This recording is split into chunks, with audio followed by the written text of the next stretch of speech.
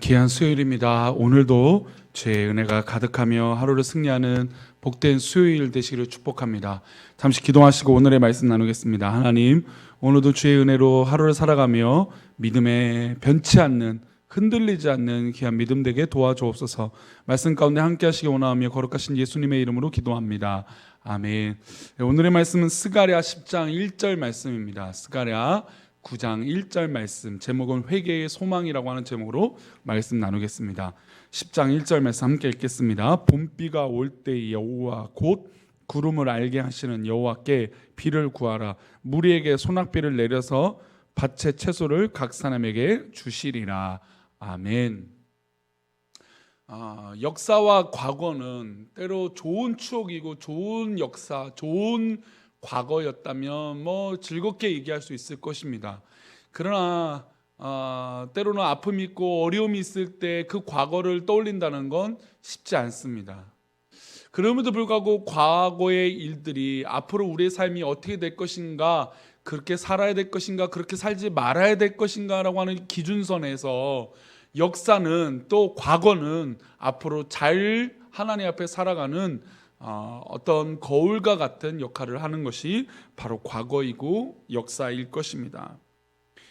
과거가 있기 때문에 현재의 내가 있는 것이죠. 과거에 어떤 일들이 있었기에 내가 지금 있는 것인데, 그러면 내가 오늘을 살아가는 오늘을 얼마나 잘 하나님 앞에 있느냐가 더욱더 중요한 것이죠. 그래서 오늘의 역사가 또 훗날에는 과거가 될 것인데, 오늘 하루를 살아가는 우리 성도들의 오늘 하루가 훗날에 멋지고 귀한 과거가 되시기를 축복합니다.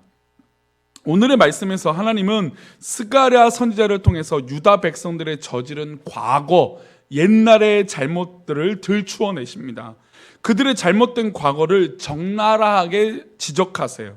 그들의 과거를 기억하고 회개한 후에 장차 오실 왕에게, 메시아 우리 예수 그리스도께 영광된 미래를 꿈꿀 수 있기 때문에 지금 있던, 그리고 과거에 있던 죄들을 싹 다 낱낱이 보여주시는, 민낯을 보여주는 그런 모습이 바로 오늘 본문입니다.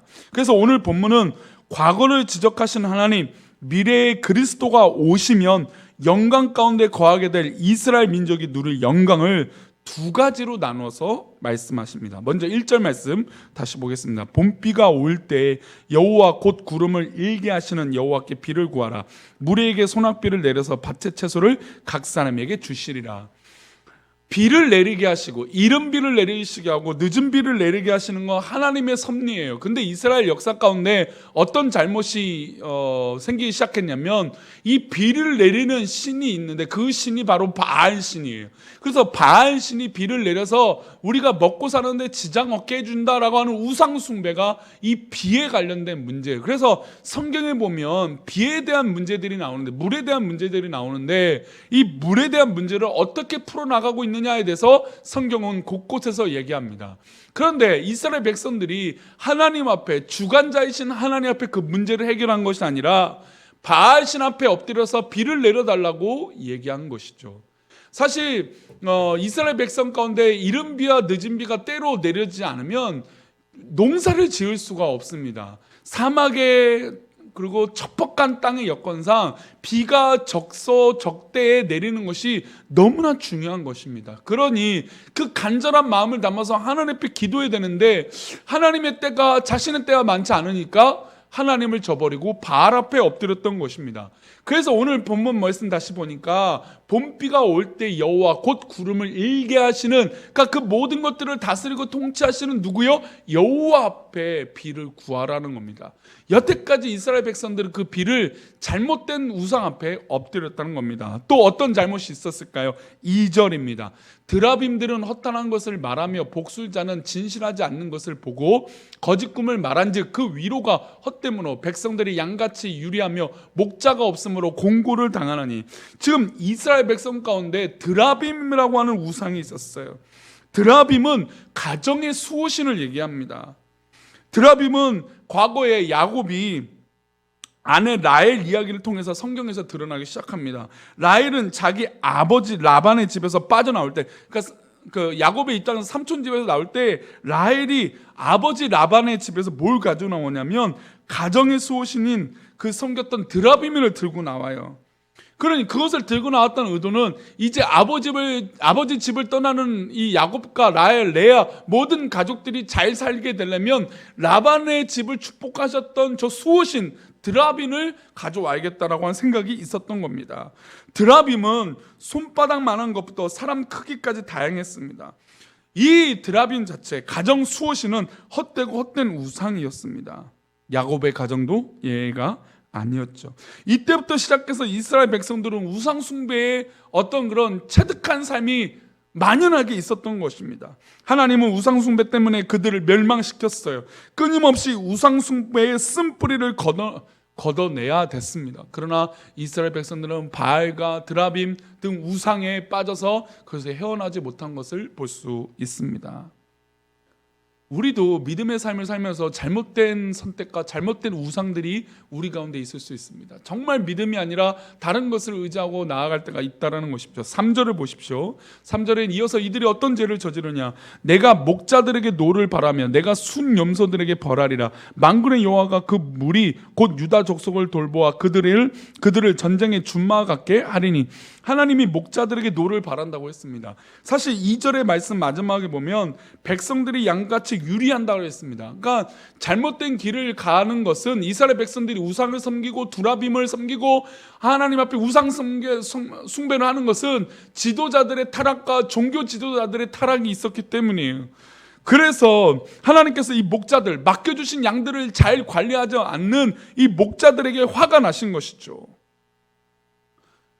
하나님께서 물질로 타락하고 성적으로 타락한 이 목자들, 하나님 영광을 가렸던 이 목자들, 남유다가 망한 것도 북이스라엘이 망한 것도 성전을 지켜야 했던 제사장, 종교 지도자들이 타락했기 때문입니다. 하나님께서는 이렇게 이스라엘 백성들의 죄악을 하나하나 들춰내고 지적하셨어요. 먹고 사는 문제 때문에 바알에게 기대했던 죄, 우상 숭배했듯 살았던 그 죄, 그것들을 드러내게 하셨던 겁니다.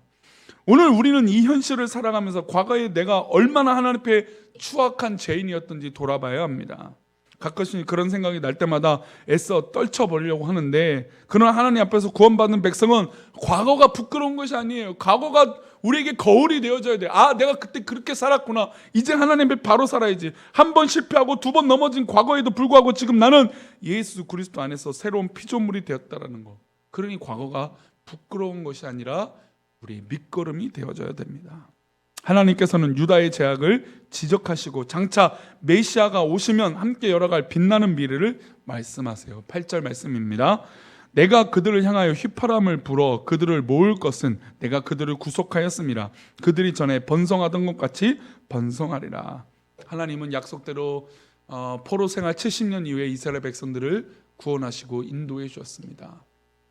그들에게 휘파람을 불어서 이끌어내시는 놀라운 역사를 이루어주시는 것이죠. 그리고 이 학개와 스가랴 선지자를 통해서 영적인 도움과 도전을 주세요.